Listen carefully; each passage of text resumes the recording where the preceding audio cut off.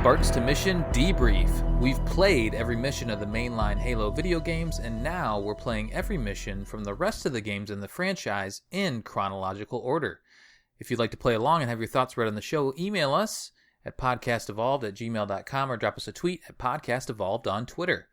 We'll be taking you through the arcade experience, Fire Team Raven, on the next episode. If you like what you hear and want to support the show, visit Podcast Evolved on Patreon.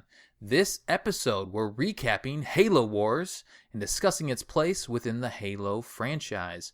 I'm your host, Colin Perkins, alongside David Arnold. Hello, everybody. And Krysta Brown. Mama needs a new challenge, boys. Yeah, you whooped her ass in this one. I mean, you're the one who made it into a competition. It's true. You only have yourself to blame. We could have been just, idly playing, having a good time. I mean, I like it. I think we'll stick with it. There's more points to be scored in these games, so we'll see how it goes. I wanted to give a quick recap of the story, as I do in all of these kind of end of series, end of game episodes. So I'll do that. Then there's a couple pieces of information that we kind of missed that we wanted to touch on for this episode. So I will cover off on that as well. So in Halo Wars, here's my overview of it. I try to make it short as possible, but include some good details here. So the Spirit of Fire chases a Covenant fleet that's searching for ancient technology across the galaxy. The Prophet of Regret plans to use a Forerunner fleet stationed inside a flood-infested shield world, but needs a human to activate the ships. The Arbiter, Ripa Morimi, captures Professor Ellen Anders and forces her to wake the Dreadnoughts. To save humanity from certain doom, Captain James Cutter gives the order to use the Spirit of Fire's FTL drive to destroy the shield world while the ships are still inside. Sergeant John Forge sacrifices himself by manually activating the FTL drive, causing the planet's sun to go supernova, while his comrades make a furious escape. The remaining crew, including Ship AI Serena and Spartan Red Team, are left floating in space with little hope of rescue. And this takes place February 4th, 2531 to February 25th, 2531. How'd I do? Is that did it? Is that the whole thing? That's pretty much it. I went back and forth. So we don't even, we go to those other planets, right? And when I was recapping everything, I was like, do I even need to mention Harvest? I mean, we go to Harvest, we find a thing, or actually the Covenant finds a thing, then they go away. And then we chase them to Arcadia. They're looking for a thing, but then they go away too. They don't even really find anything on those two planets, do they? Not much. We fight the bad guys, Colin. I mean, we learn how to play the Halo game, but the plot doesn't really thicken until we get to the Shield world, where a lot of the stuff kind of comes to fruition, right? Kind of just chilling. We're just kind of like, what are the Covenant doing? And then we're Right. like, oh my god! Right, exactly. Yeah, so there's our recap, and I'll keep going with the recaps. I think I was able to tie them all together for the FPS games because there is that direct through line for everything. These games jump around a little bit. The additional games that we have to play. So I'll keep it going for this. But wanted to at least provide that quick overview of what we did in these games. Okay, so we have to touch up on a couple things before we kind of dive into our overall discussion of Halo Wars, our thoughts, our feelings, the highs, the lows. We laughed, we cried, all that stuff. I didn't cry. So I mentioned, yes, you did constantly clap and smile.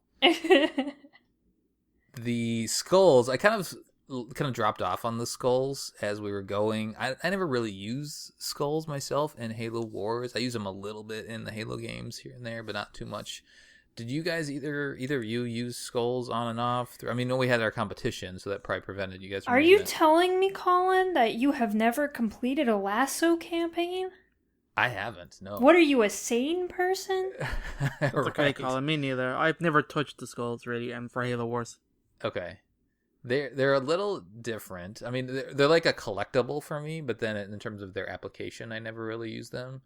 I guess I just don't I don't need that. If I'm gonna challenge myself, I'm just gonna bump up the overall difficulty. I'm not gonna go in and fiddle with the skulls myself. I'm sure they're there and people use them for that reason to make certain missions more interesting. But I'm more of a I'll just bump it up to heroic or bump it up to legendary guy versus. Well, and Halo Wars is very different from the FPSs in that there's a lot of skulls that actually help you in Halo Wars. Like a great majority of them, which every time I go through the skulls, I'm always shocked by it. Like, the mainline FPS series have kind of the funny ones that don't do anything, like I Would Have Been Your Daddy, and then a couple of them have the bandana skull. I know Halo 2 has the scarab gun, which is kind of crazy, and then just a couple other memes, but nothing to, like, legitimately help you. Yeah. So let me go through them. I mentioned a couple of them early on in the series, but I fell off somewhere along the line. So the first mission, you get the Look Daddy skull. This doesn't do anything. It's just for fun.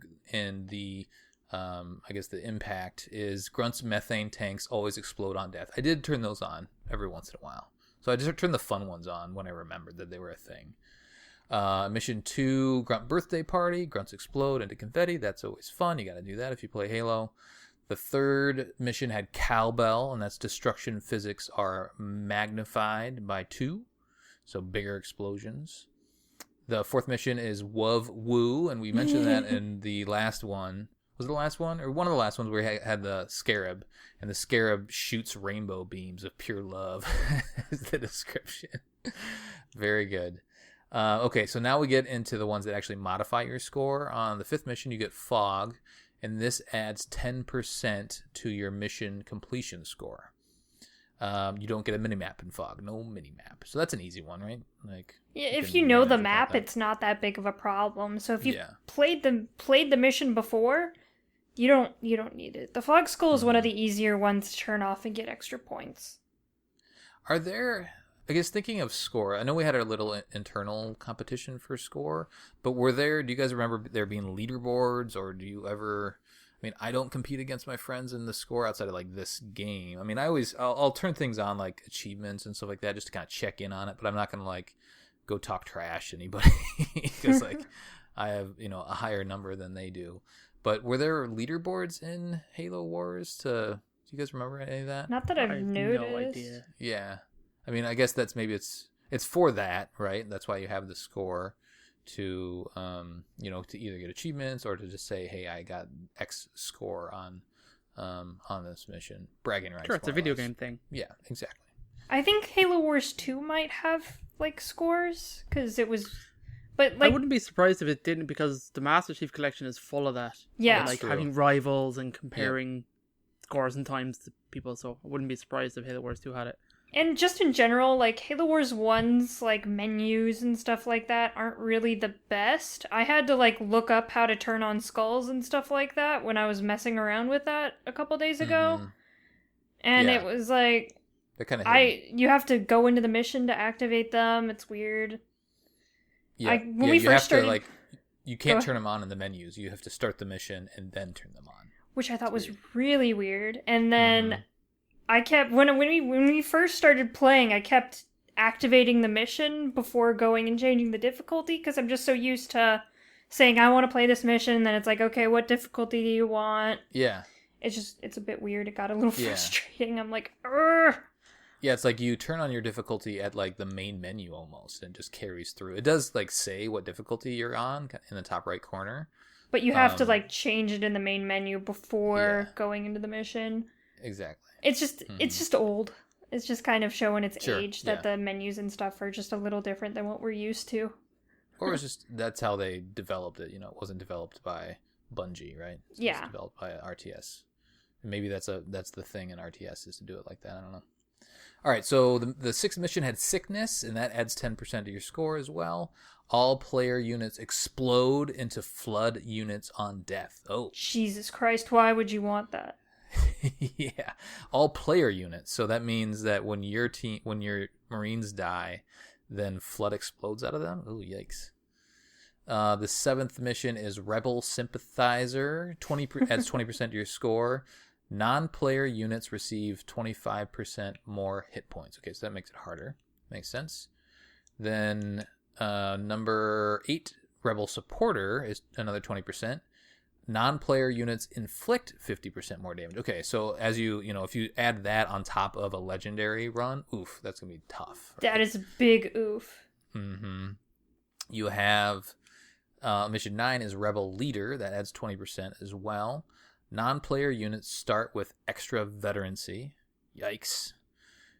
Mission 10 is Catch. That adds 20%. Non-player units recharge abilities in half the normal time. This is getting rough. Yeah, I'm not having fun already. No, Lazo is on this would be terrible. No, thank you. I'll go back to Halo Reach. Maybe the first mission, that's it. The 11th mission, Sugar Cookies, adds 50%. Ooh, sugar cookies. Yeah. I like chocolate chip cookies. Not sugar With cookies. sugar. Bit of sugar. There's sugar in all cookies. Have you ever had? Yeah. I'll give you some sugar cookies. Have you ever had chocolate chip peanut butter cookies? Oh, No, I would die. Yes. there's a bag of them Sounds in my glorious. house right now. Impossible. All right, so Sugar Cookies adds 50% to your score. All players' units have 50% more hit points. Ugh. Mission 12, Boomstick, adds 10%. 5% chance any non-player unit blows up on death with splash damage. Wow, okay. Mission 13 is Pain Train, adds 25% to your score. All player units train 50% faster. All player units train, okay. That seems like that would be good, right? Could you Yeah, it seems imagine like the AI doesn't get pairing- any buffs.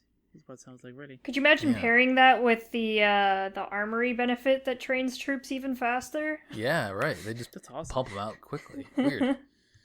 Okay, and then Mission 14, Bountiful Harvest, adds 30% to your score. Supplies arrive 25% more quickly. Well, why wouldn't you do that? And it adds to your score. Okay. And then Mission 15, the last one, is Emperor, adds 50% to your score. All player leader powers recharge in half the time. I wonder if you can't do those in the campaign. Those all feel like those would be just multiplayer or skirmish. No, you can put them on Huh. anything. Wow. Yeah, So if you want to get a high score, you could, like you said, those are going to benefit you at the end, but then you're also getting a percentage on top of your score. Well, no. So the ones that help you actually take away from your score. Okay, because well, maybe the Prima Guide's wrong then, because it says plus 25% for all those, plus 25, plus 30, and plus 50. So I'm pretty sure when I was messing around with them, some of them said this would subtract from your overall score. that would make more sense. So sometimes the Prima Guide, whoever is editing these, they make a mistake here or there. But anyway, wanted to go over that. So there's your skulls information. If you're a skull person, enjoy that, or definitely, all that information is out on the web elsewhere, but at least wanted to cover it in our show proper. There are two other categories or two other topics I wanted to cover off on that we mentioned. So Etrin Harborage, the shield world itself. Krysta's going to go over that, and then we're going to talk about those ships that ended up being like the main plot line of the game towards the end.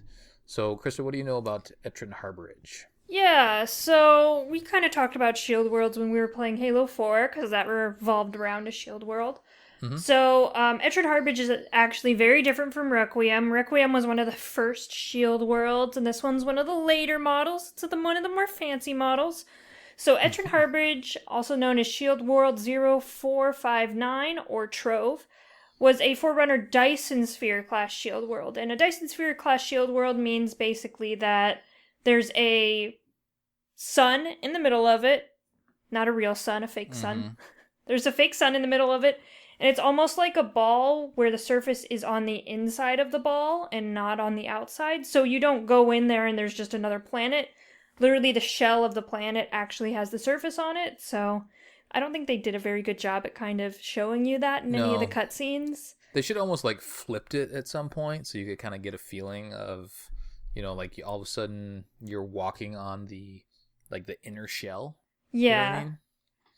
Yeah, but you're on the middle. If you were to actually be on the planet, you would see the surface curving up. So the landscape curving up around you.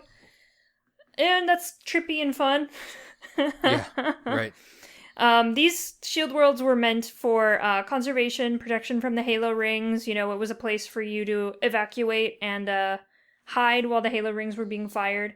Another strategy used for these were military bases where, it was secure from the flood until we opened it. It would be secure from the flood during the flood outbreak, and then a bunch of military units would be inside the shield world and then would leave and go do some military action against the flood and then retreat back into the shield world for protection. Mm-hmm. So that's about it. We don't know too much about Etrin Harborage's origins or anything like that, other than it was just another Forerunner planet, Forerunner sphere, Forerunner shield world. So, do you know how many of these things are out there? Shield worlds, like a ton. Really? I had an exact number, like thousands Really? Of shield Jeez. worlds. Yeah, in the Forerunners had an original plan of a crazy number of shield worlds, and a couple thousand of them actually got built. So, shield worlds are an amazing thing that 343 and Bungie kind of wrote into the Halo lore, where they can just pull one out of their ass at any time. Yeah. Right. Be like, look, a shield world. It's one of the thousands of shield worlds. They didn't limit themselves like they did with the Halo rings. Yeah. Well, it makes for good, I guess, plot stuff. All right. Very cool. Thank you for covering off on that. Now, David, we mentioned throughout the series that there are these giant flat ships. But they're called dreadnoughts, but they don't look like the dreadnought that we're used to from Halo 2 and 3. So what are these things? These bad boys are like awesome. They look funny, but like I've been reading about them and they're like incredible, just like what they are and what they can do. So they're called a Sojourner class dreadnought. It's a class of prime dragoon used by the Forerunner fleet, manufactured by Samus assembler VATS. The Sojourner class was commissioned shortly before the Forerunner Flood War. So it did see a lot of action in those fights. Yeah, just before, yeah. It's crazy kind of stuff. Its length is, let's say, 30,000 feet long, 9,000 meters, 10 million tons. It's obviously a slip space drive, but its kind of main feature is it looks like the letter F, and that's kind of how it flies as well. Really? It flies that's kind of, it doesn't go lengthways as you would expect. It is think like the Slave One in Star Wars. That's how it actually moves through space, which is pretty cool. It's kind of like the Mantle's approach too, doesn't it? Fly like that. The Didact ship. Yeah, that's a good way to think of it. Yeah. It's awesome. It's pretty much kind of how they kind of fight. They fight in groups. So like 2 dreadnoughts on a docking battle station form combat tridents, and these independent squadrons that get deployed in the solar system. So during the war, they made a new formation, which was 10 dreadnoughts arranging around into an octagonal formation. Wow. and a battle station. And this was like crazy stuff that would like slice through like anything, really, like take ships out.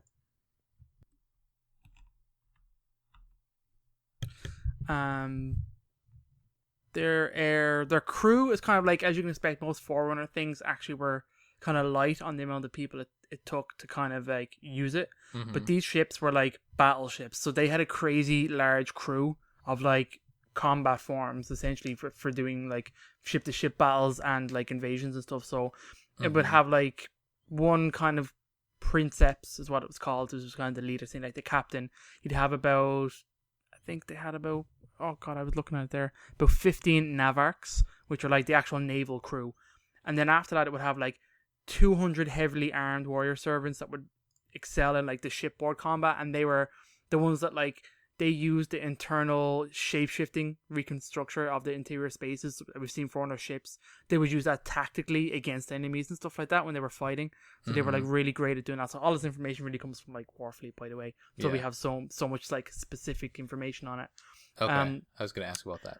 Yeah, they carried millions of autonomous Despair class hunter killers, which were like drones, and these had like, there was something like 5,000 Venerators, which are like long range ships and stuff like that, and these carried loads of war sphinxes as well, which is pretty much a mech suit that the Forerunners used.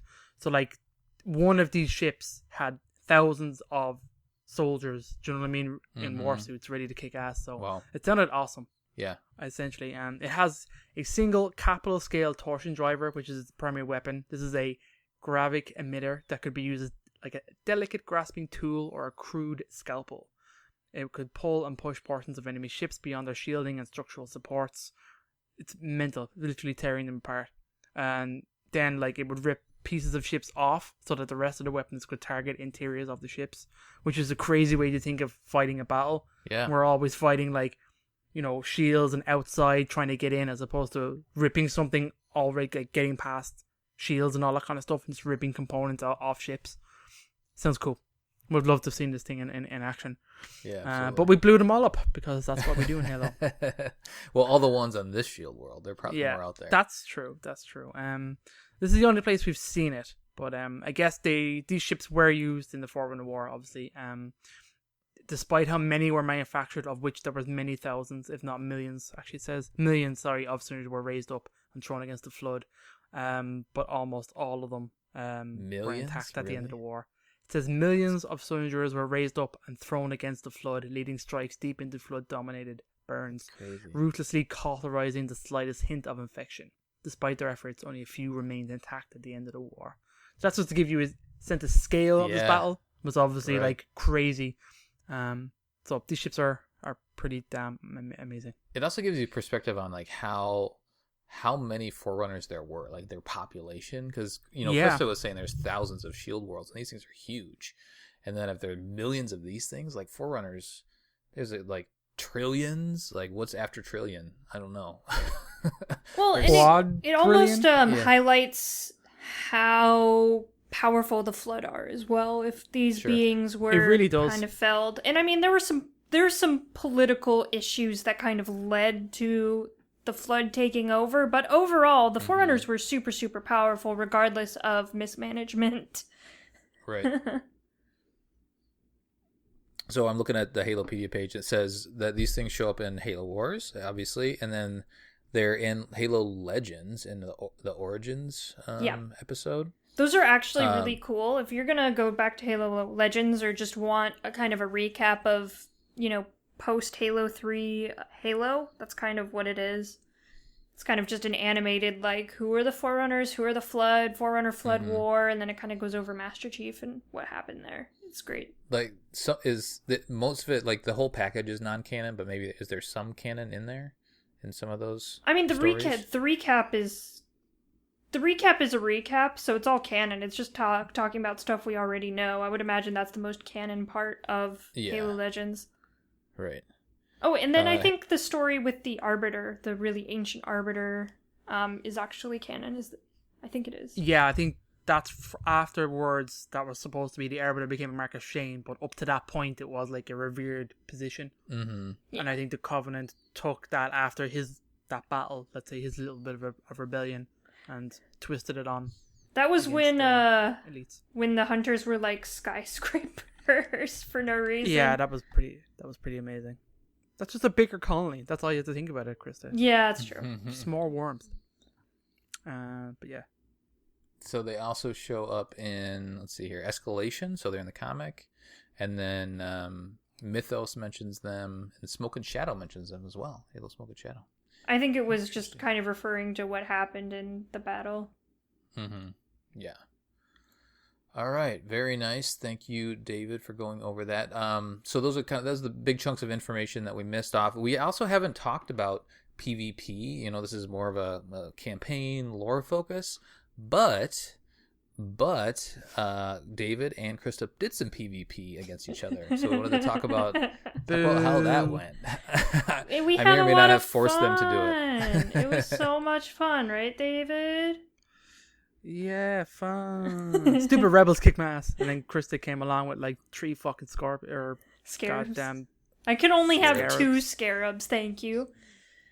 So, the interesting part is, I decided to play the Covenant forces just because I was playing UNSC forces, and the Covenant, the way the Covenant build their bases and stuff like that, everything's like differently named. So, like, your supply pads are also kind of your reactors, and right. Your reactors are like when you progress the ages. Yeah, so you have to progress the ages. Age of Reclamation, then you Age get more of this, lightning Age bolts. Of that. Yeah, it was very confusing and daunting at first, but then I saw that you could build a scarab, and I was very happy. How many units is that thing? 20. 20. Oh wow. Yeah, it was 20, and then I had to up your army. Yeah, I had to upgrade my army. I had to upgrade my max twice. Maybe twice. I don't remember.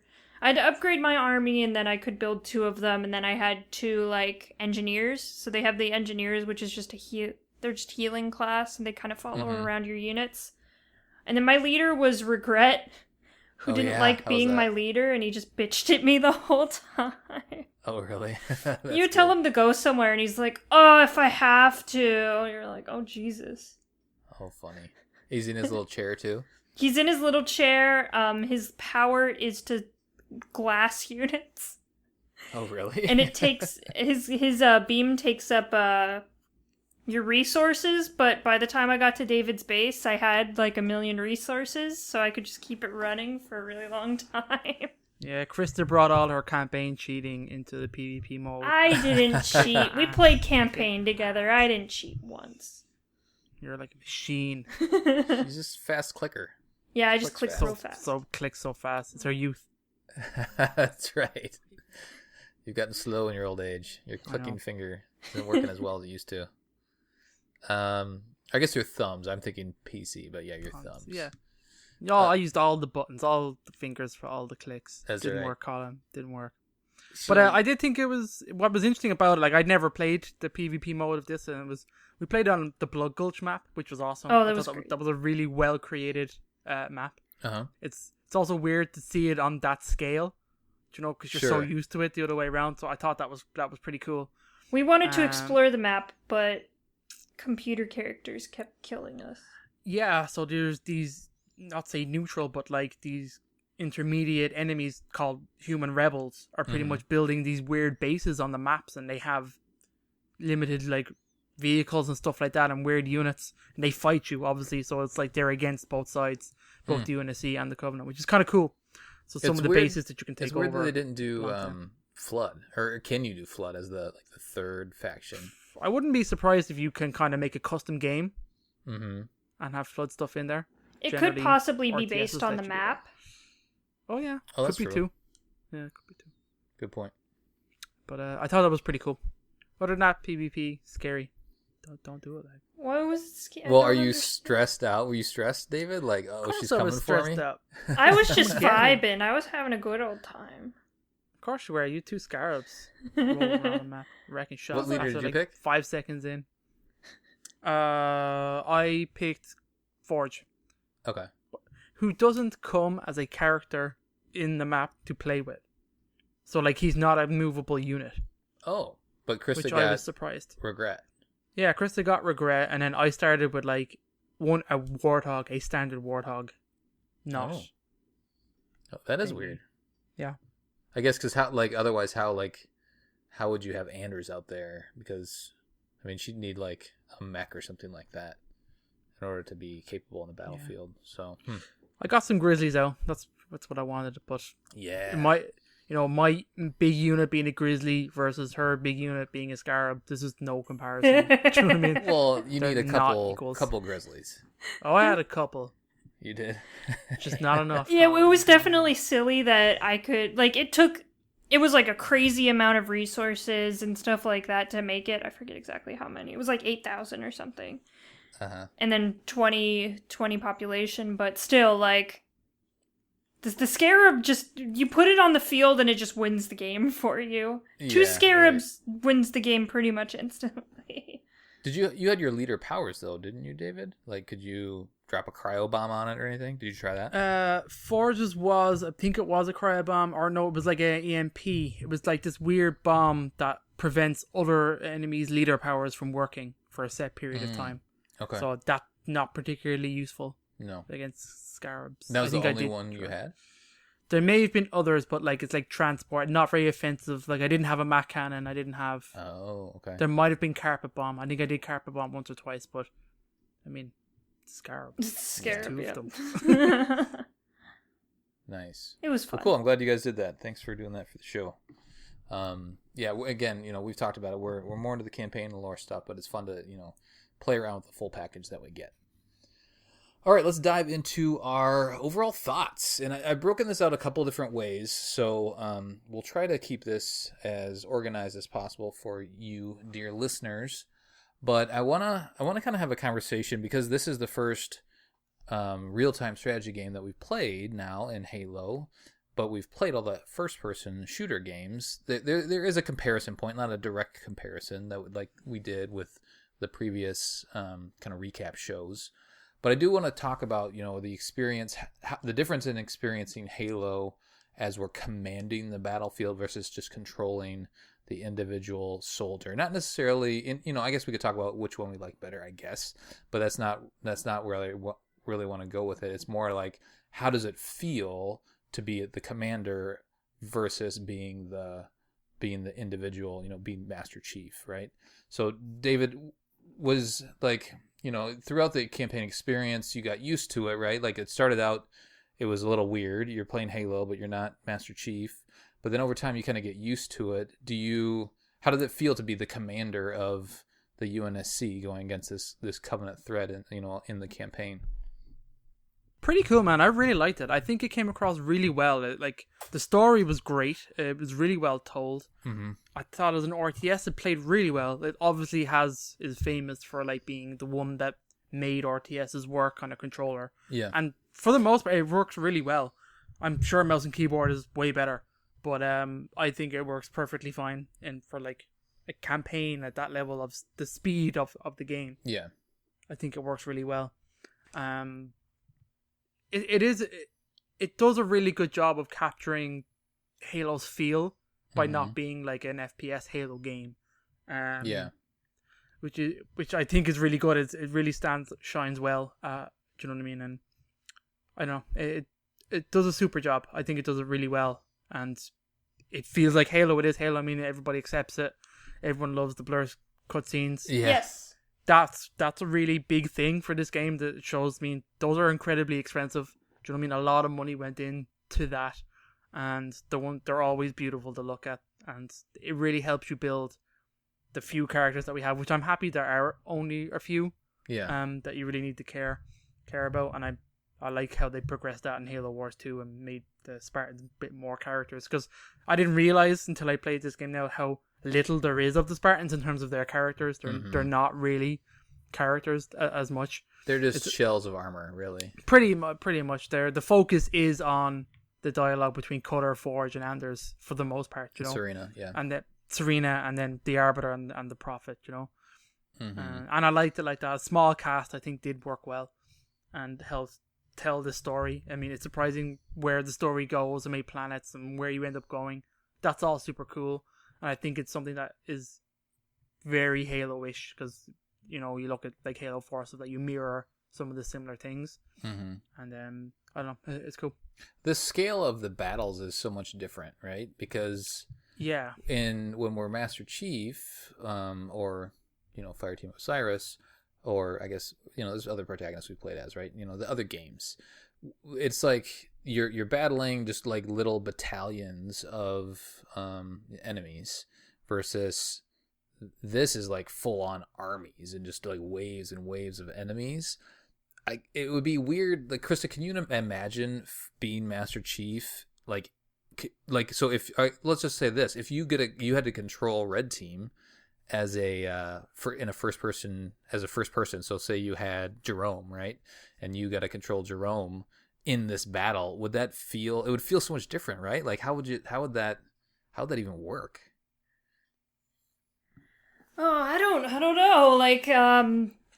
It would definitely be a different scale. Because when you're Master Chief, it's always you progressing the objective, because you're the one that's in charge. But if you were Jerome, you'd just be I'm just over here guarding this, this fire base over here for a while. Meanwhile, other stuff is happening. You know what I mean? So it's it's more of a realistic approach to a wartime game or wartime situation. But to put yourself in the shoes of one of the Marines, or just controlling one of the tanks that is probably going to blow up, it's a whole different thing, right? Maybe it can't be compared. It's very different in that when you're playing the FPSs, you're playing as one person, one unit, and you're kind of accomplishing one overall goal. When you're a commander, there's like a bunch of different things to think about. I have this squadron doing this squadron doing that. I have to do this, and this. I have to be managing my resources. I gotta make sure my people are safe. Like, it's just a bit of a bigger scope of things. They give you that feel a little bit with Forge right away, right? Because Forge is like, especially in the first mission, it's like, okay, Forge is the guy that you're following around, and if he dies, then the mission ends. So you have to kind of make sure that he makes it to the end goal kind of early on. But then as the game progresses, it pulls back. It says, okay, now Forge isn't necessarily the main protagonist. Like, he's helping you do things, but you can accomplish this scenario in lots of different ways. Whereas in the first person shooter games, you can accomplish them in different ways, but at the end of the day, it's still, you have to get from point A to point B. Yes. Yeah, it's very different. Mm-hmm. So what do you, it's a weird question to say which one do you prefer, but like, how was the experience for you? And we know you're very accomplished at real-time strategy games. Just kind of talk about the overall experience playing Halo as a real-time strategy game. It's very different in that it's a different perspective on Halo, but I think the game designers did such a good job at making it feel very Halo that it's not too perplexing when you're starting out. Mm-hmm. The game still feels very much like a Halo game, just from a different scale, a different point of view, a different perspective.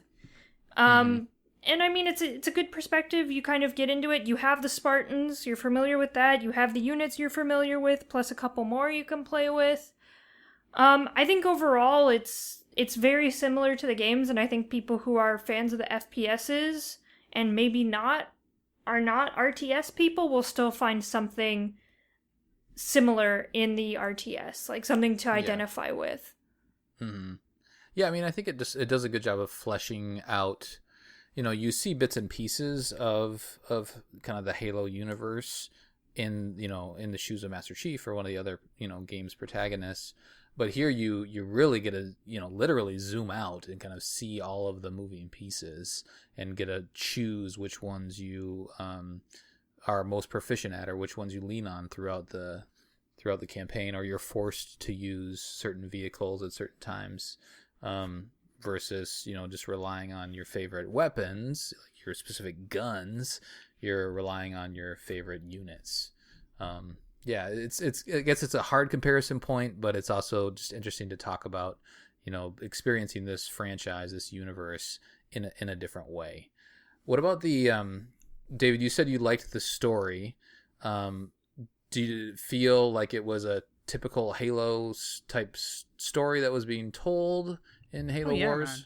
It's got all the tropes. Mm-hmm. Crashing pelicans. Yeah, right. You can't have the thing, so we're going to blow it up instead, so no one can have the thing. Right. It's got a Halo in it there in a little bit, kind of. But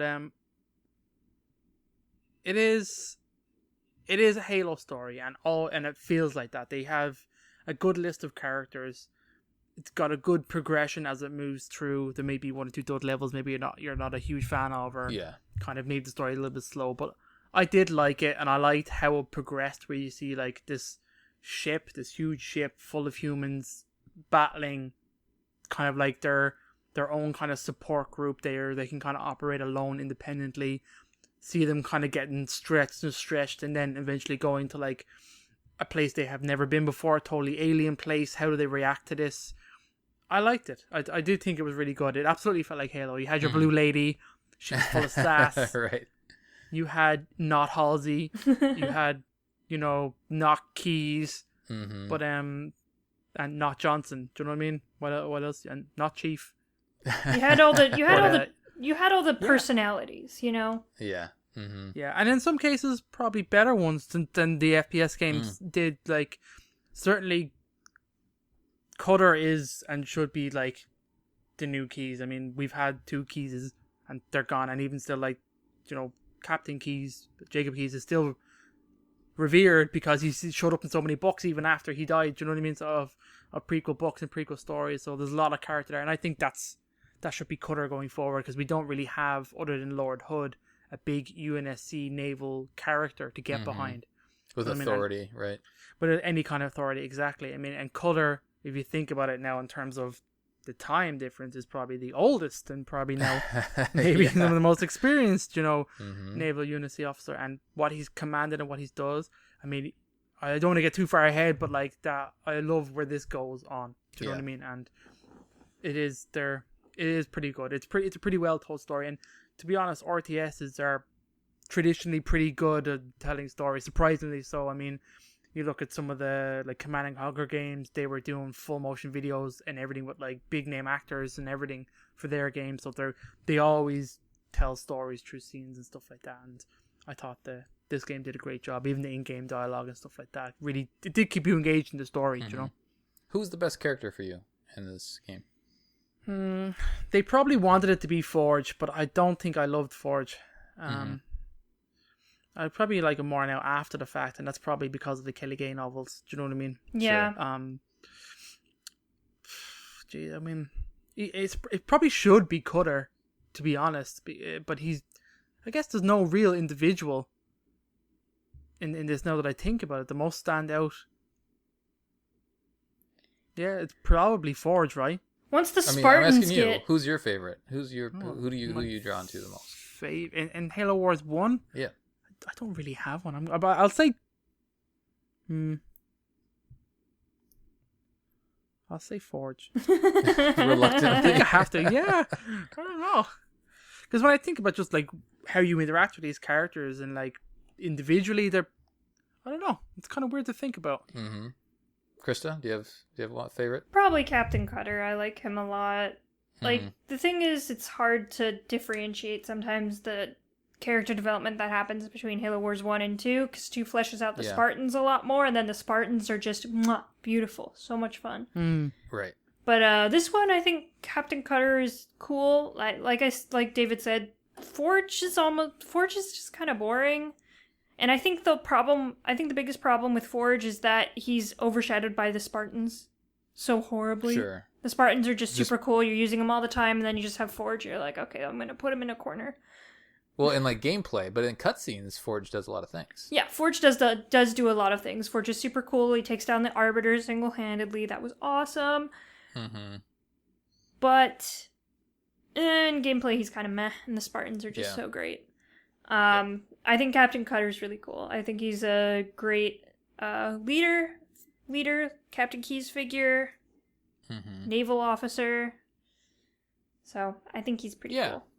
What about you? He's got lots of integrity and stuff like that. I mean, I would hem and haw just like what David did, because there is like, which one is your favorite? They're all very different. Like Anders is very strong. She's a good science expert to have along, and she gets captured and then escapes, and she's like the main reason. She has the idea of blowing things up. She's super smart, but I just to flesh her out a little bit, we haven't really talked about her that much. But I guess I am drawn more to Forge. I think his arc, where he's kind of a big jerk at the beginning, and then he's capable on the battlefield. He doesn't do a ton when you're in the gameplay, but then the fact that he does makes the larger sacrifice at the end. I think I would say Forge would be my favorite, even though he is kind of a bro-y dude. But I think that's also warranted for a Marine figure in Halo, right? Marines are bro-y. Let's see here. What else do we have to talk about? Oh, let's talk about the progression of the gameplay. We've kind of mentioned it throughout the episodes, but how did you like? Let's talk, Krysta. We'll throw this one to you first. How they start you off with you're literally just controlling Forge around, picking up extra Marines, and then by the end, you have these massive armies and multiple bases throughout. Do you think they did a good job with that? Do you think that they could have done things differently? Talk about kind of the progression of the game from a gameplay standpoint. So I think they did a really good job. I think when they came in to make this game, they knew they were introducing RTS to a traditionally FPS community. And I think they did a very good job at easing you into what an RTS is, what you need to keep track of, this is how things are going to be. You know, they kind of, it's not hand-holdy at all, but they definitely introduce you to things a little slower. Not super slow, but enough that when you're replaying it, it's a little annoying at times. It's like, I just want to do my thing. Yeah. But I think it was pretty ingenious for them to kind of ease you in like they did for people coming to an RTS for the first time.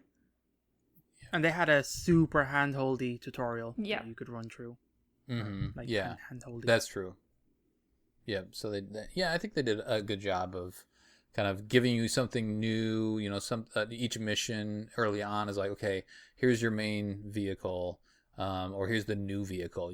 Here's how to kind of use it. We're gonna build this mission around, you know, using that. And then I remember it was interesting, Krysta, you said, which one? It was like when we first encountered the flood, and you said that you didn't even have to build any Marines, right? Yeah. So it's interesting how, you know, the mission is trying to teach you how to use an elephant and saying, hey, build some stuff. And then meanwhile, you can get perfect without even using it at all.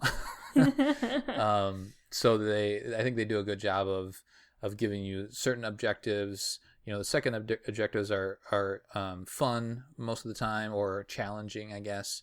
You need to accomplish them to get a high score for the most part. But then you can also just accomplish the mission any way you want. You don't have to do the objectives. I mean, the main objectives you do, but the secondary ones you don't. Any other thoughts on progression, David? Nothing really. It's pretty standard in terms of an RTS and how they wean you in and give you powers, different vehicles and stuff like that. And by the end, you get the big, do whatever you want. You've got access to everything kind of stuff. I thought it was well done. I enjoyed it. What did you think about the final mission? You know, when you're thinking about like Warthog runs and, you know, the ending, it's like the massive nowhere near missions. Iconic, to be honest. Yeah, but what this game has is the iconic cutscene. Yes. Of the Spartans and Fords in the fight. That's what this game has in my eyes in terms of the end game moment. The end mission isn't pretty iconic at all. Do you know what I mean? It's pretty basic in terms of actually what you're doing. It has a little puzzle in it, like, do you know what I mean, that you can kind of figure out without too much help. But what you actually do is the same as you did in a lot of base. You know, you turtle up, you take bases, you move around. It's nothing crazy. It didn't introduce a new mechanic, and I guess like a Warthog run wouldn't really work in a game like this. Do you know what I mean? It's a timed countdown, so it's kind of got that element to it of like a thing's about to explode on a timer, finish the mission within it. That's pretty standard for RTS games to have mission countdowns. Do you know what I mean? And that's the kind of the element of challenge is not what you're doing, but doing it in a certain amount of time. But again, like I said, it's not the end mission. It's the end cutscene or the cutscene before it, really. Yeah, I agree with that sentiment. Krysta, any other thoughts on kind of how it ends, how it wraps up as you're playing the game? I think it's fun how they give you so many kind of tools in your toolbox. They pretty much give you everything, which is a lot of fun. So it's kind of fun to mess around, and that mission's a really good one to kind of mess around in, even though it has a timer on it. In terms of it being super iconic, no, not really. Not super iconic. Yeah. I definitely always remember it, but I don't remember it as vividly as like the Scarab mission or some of the other missions that I remember. That's certainly the most iconic mission, I think. For me, it was that one. I think Arcadia City is the two I remembered, and Arcadia City because I hated it. Right. It was definitely the Scarab beam crushing, because that's the one that actually changes up how you play this game. Yeah. In terms of like you have to actually do something different gameplay wise. Yeah. Any favorites for you, Krysta, mission wise? Oh, definitely Scarab. Scarab is just. It's just super iconic. It's fun. It's got a great kind of niche to it. I think you just always remember seeing that head kind of moving back and forth and blasting the hell out of you. Oh, and the missions that we talked about already where you're on the ship. You're on the Spirit of Firefighting. Oh, I think those are iconic even if you're not mad about them. I think visually the idea of them is pretty cool. I kind of like that. Yeah, I mean, I'm looking through the list of the missions, and they all have their own little, I don't know, special moment. Like, even, Dome of Light, right? Like, where you get to use the Mac cannon at the end. That's pretty cool. I guess Arcadia Outskirts isn't super great in terms of, like, a great moment, but, you get to finally meet the Flood, and then you get to use an elephant, and then you're on the ship. Yeah. All these things then you have the elephant pulling the reactor up. For the most part, they all have their own little, iconic or memorable moment throughout. All right, let's see here. There are a couple other things. We could talk about this forever. I don't want to go too long. So there's a couple other things I just want to talk about. Let's talk about the Covenant. How did you feel about the Covenant? How they were portrayed? Let's talk about. Let's see here. Let's talk about the actual characters first, I guess. Let's talk about it's really just the Arbiter and Regret, right? Like, how do you feel about those two, Krysta, as the main antagonists? It was nice to see a prophet. It's always nice to see a prophet. It's nice to see a prophet who wasn't truth, but I think Mercy probably has the least amount of screen time, so he probably would have been a better character to put in just to give him something to do, because you barely see you don't even get to fight him in Halo 2. The Arbiter's great. I love the Arbiter. There's some story elements that are confusing, and at first it's very confusing that this is not our Arbiter. This is a different one. I wish they would have made that a little clearer. Totally agree. But yeah, I think they're strong characters. I think they're good villains. The Arbiter's definitely a great villain. And the Covenant are the Covenant. They're fun to fight. Yeah, the variety that they give to you is a lot of fun, I think. You get to see, like, the Locust. That thing's awesome. I love the look of the Locust. And then you get vampires. You get all sorts of new stuff that you haven't experienced in the other games.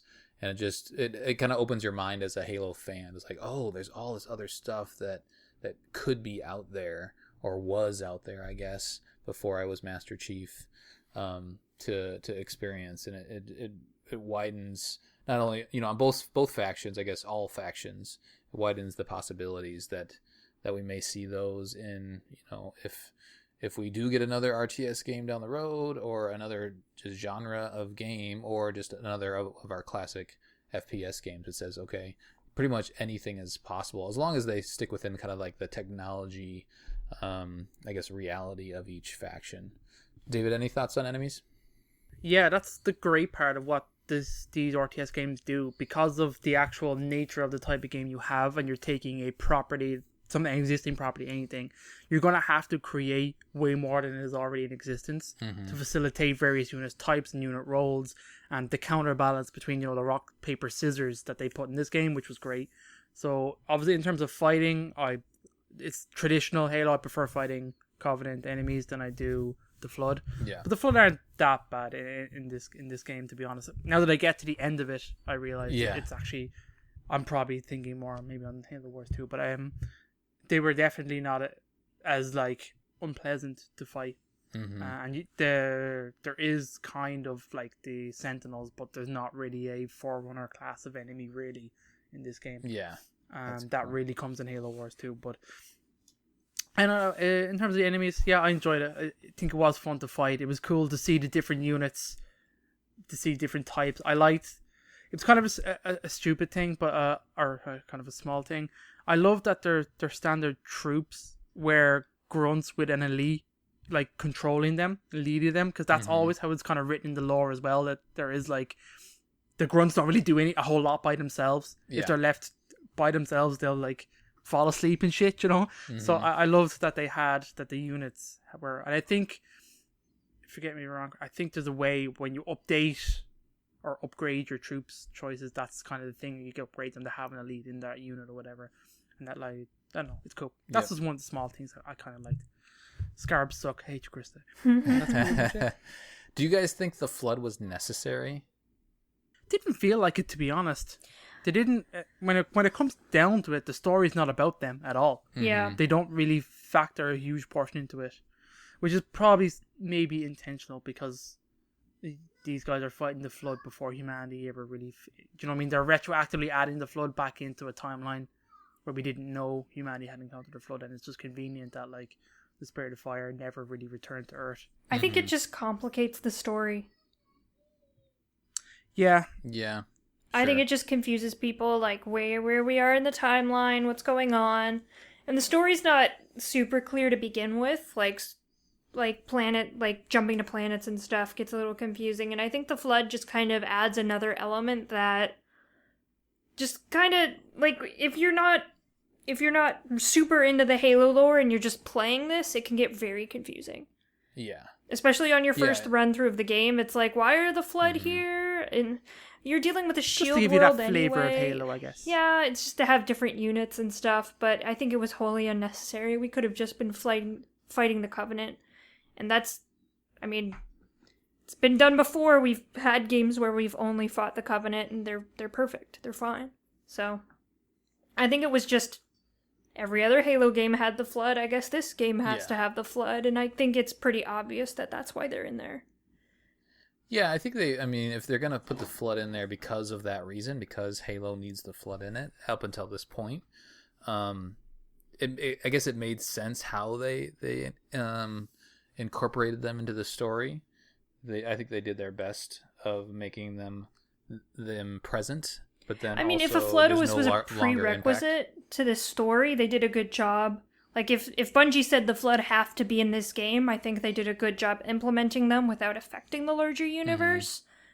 But if it was something that someone said, we should have the Flood because all Halo games have the Flood, I think then it was unnecessary. I feel it was more of they included them to kind of flesh out the package of Halo Wars, to give it another faction. If it was just the two factions in there, I think things would have gotten a little more stale. A little boring, maybe. They could have fleshed out the Forerunner Sentinels. Sure. Yep. That could have easily been the third faction and still kept kind of a better canon.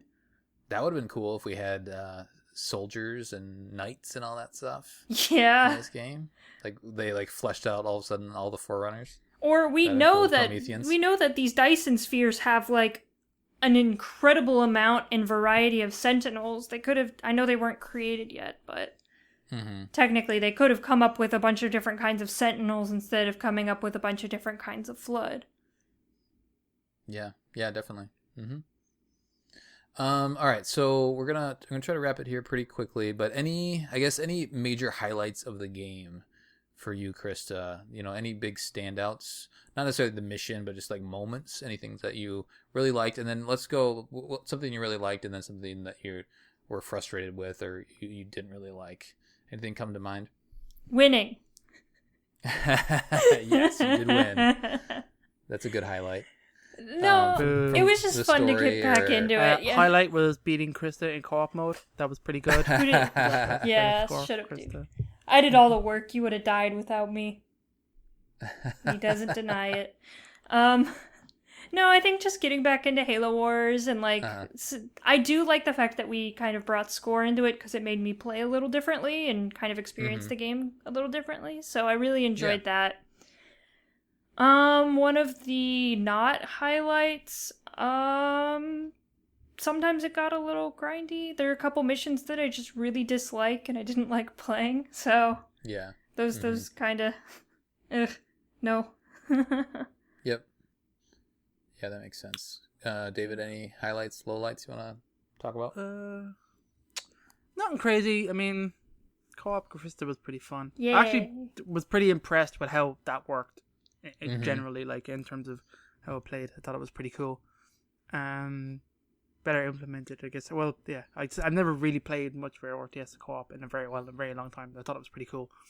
Other than that, the fact I think it still holds up really well. It's kind of hard. Generally, the game overall, I think, is still very playable. Oh yeah, and pretty holds up.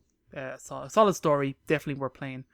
Low lights. It's same as Krysta. There's no occasional mission. I'm just like, I don't really want to play this. And as soon as I finished it, I was like, great, I'm done. I'm not going to play that game, play that mission again. Not many, mind you, but some of them are just kind of annoying. Have kind of annoying moments, but nothing crazy.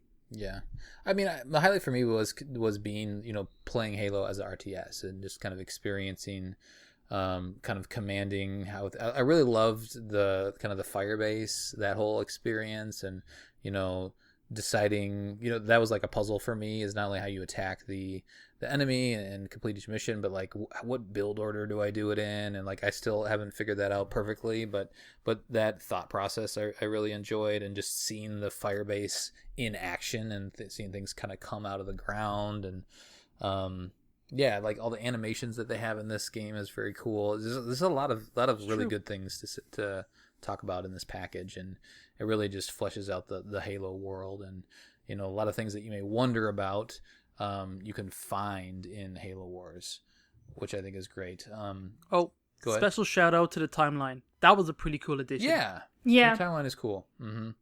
And it kind of helps. It has the full, because up until that point we only knew a certain number of things in the Halo universe, and it included all those things, but then it also put in a bunch of other stuff, kind of filled in a bunch of gaps that we might be everything from before, let's say, the Spartan 2 program. Like, we may have had, like, the books didn't really go that far back, I suppose Contact Harvest did. Mm-hmm. But I guess there's definitely gaps in the timeline that was great to see that filled in, even if it's just a small one-liner or the one entry. Yep. Visually, I thought it was a cool thing to add into a Halo game. Yeah, I think the low light, I love the cutscenes, but I think the story does jump around quite a bit.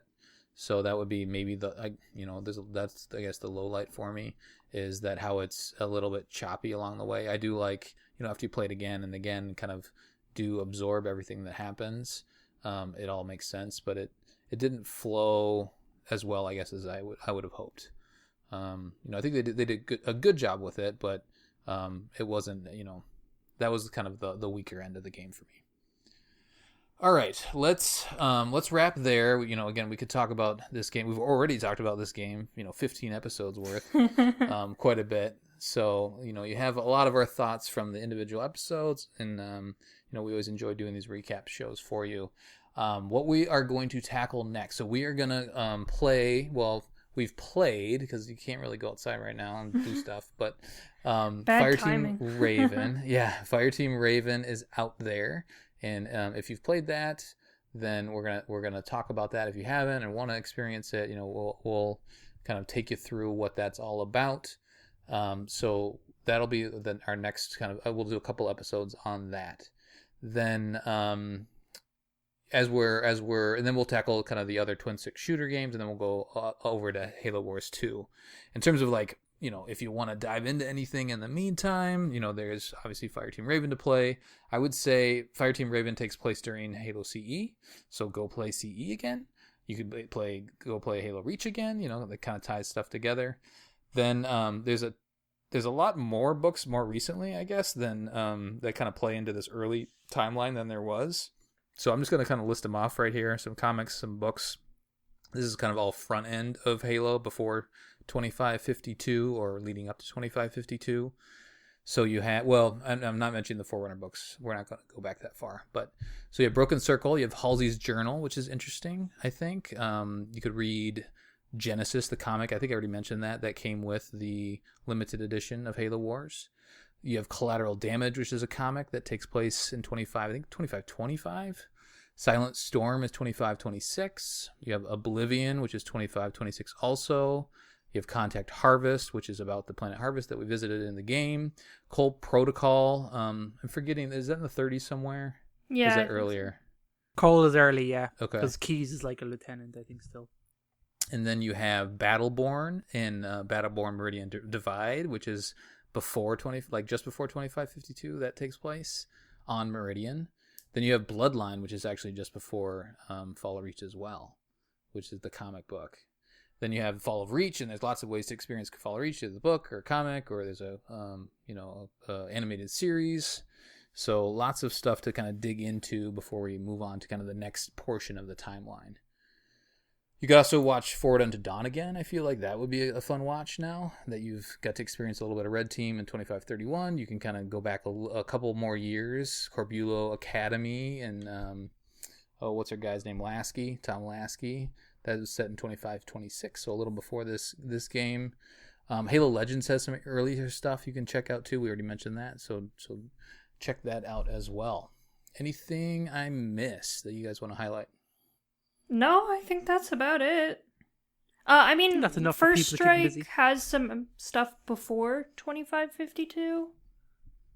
Got some flashbacky stuff, that's true. Yeah, it's kind of like more like First Strike is the other half of the Fall of Reach, basically, like the battle on the planet. So it also has time travel, which is really confusing. Right. Okay, so let's do our community question and we'll get out of here. David, are you ready? Do you have it up? Facebook? Oh, god damn it. I have it up. About that. Let's do Discord first then. Okay. April 19th, 2020 at 2:10 p.m. By Colin. What's the best thing Halo Wars did for the franchise? Parentheses, questions for Mission Debrief, Halo Wars recap show, end parentheses. So Spartan B312, Snark Wannabe, says the music, I put the entire soundtrack in my Halo soundtrack. Yeah. Action figures, hands, and Spirit of Fire are great. Mm-hmm. Barlett King says, gave us some of the best cutscenes in the industry for the time. Praise be to Blur Studios. Pope says a few things, I think. First thing is the fact that those cutscenes are gorgeous. And I think the second thing is it gave us a lot of cool new toys to work with in the universe. Cyclopses, Hawks, Grizzlies, Vampires, and many others. Yep. Rye just says, gave us an RTS. A Halo RTS. Good job. Nice one, Rye. He's not wrong. He's not wrong. He's not. Dizzy Bumper says, agreed, gave Halo a new genre, but also gave the fans Jerome Daddy. Yeah. Oh my. King Big Beard says, gave more diverse vehicles and troops to the universe. Jedi Spartan 38 says, killing off George 052. No, wait, that's Reach. Easy mistake to make since Forge dies the same way. I'd say the look we got at the early Human Covenant War. And then George Status Bot says, George is dead. Dezuto says, a ruthless, badass mofo arbiter. Yeah. Weaponized Cuteness says, all the new unique vehicles and flood forms that are added are awesome. The flood especially, because expanding on what they'd use for combat in different situations is always fun. They did make a bunch of new floods. Especially those pelicans, seagulls. Lots of flood. Oh yeah, the seagulls, the skin seagulls. It's so weird, inside out seagulls. Hector Elite says, they killed off the Arbiter, thus allowing Thale Vadam to become the new Arbiter. Yeah, sure, that's what they did. Very good. Blue Calc says probably the best soundtrack to come out of any Halo spin-off and some of the most epic cutscenes we've ever seen at that point in time. Not to mention a really well done, self-contained story that fits so well in the universe. I loved Halo Wars. Axif says it expanded the universe and the franchise itself to new boundaries with a great set of characters, lore, and a new genre. But the greatest thing it did was Jerome. I love Jerome. Yeah. Finally, we have Burrito Torpedo. Love that name. He says, love the soundtrack, expanded the lore, and brought the world outside of the Chief alive. It helped launch Halo Legos. Open parentheses, Mega Blocks, close parentheses. He actually spelled out open and close parentheses. Oh, okay. I appreciate that. That's nice. cool. So he always wanted to get those Mega Blocks as a kid, but now my sister gets them in her childhood instead of me. Now I'm just an adult male with lots of toys in his living room. Sad face. No, So there's nothing wrong with that. There's nothing wrong with that. If you get kids, you have more of an excuse to buy toys, I suppose. Exactly. Get them into something you like, and then you have the toys. Exactly. That's what I'm doing. So a couple mentions of Jerome, but Jerome was like birthed in Halo Wars, but he wasn't actually fleshed out. Yeah. Until Halo Also, Wars. Alice is better. Yeah, I forget. I need to go back to we'll play it soon. So Alice is the girl. She is the girl. That's Yeah. right. Does she have a chain gun? Yeah, she has does. a chain gun. Yeah, Yeah, she's chain great. That's pretty badass. All right, She gets David. her own mission. She's hot. Bring us home. Facebook's has Matthew Blankenship says it showed us what a Halo game outside of a first-person shooter could succeed. Also, blur cutscenes, and we're going to get a bit of a trend here. Mm-hmm. Storm says, introduce the concept of multitasking and being able to work under continuous stress and stir madness. And also show us that war was like continuing outside the Halo franchise. Also amazing cutscenes, amazing dialogue. Thomas says it encapsulated the idea of a wider scale battle and also introduced new meaningful stories and characters aside from the Master Chief. Something which only the books had achieved up to this point. Those are excellent points, Thomas. Patrick says, show for the first time that a Spartan is really capable of other than just slow moving tanks with legs. That's true. It really did show a really dynamic and fluid Spartan as in the cutscenes. That was really cool for that. Timothy Welch says it's some of the best art styles and character designs. It does. It's got some good stuff in there. Brad says the cutscene titled Monsters. I'm assuming that's Arrow, the main one, but maybe that was the cutscene titled Monsters. I'm not sure what that is. Okay. Taylor gave us a look at the expanded Halo universe that wasn't tied exclusively to the Master Chief storyline. Lance says Blur cutscene and Red Team. Lucas says, I used to play the hell out of this game's multiplayer with two of my friends. We would do 3v3. Nice. And we were always UNSC. I always played Anders and a mix of Hawks, Gremlins, and Wolverines. It's a weird combo. Mm-hmm. One friend played Cutter. This is a big ass message. But anyway, go on. I'm going to keep going. Lucas, fair play.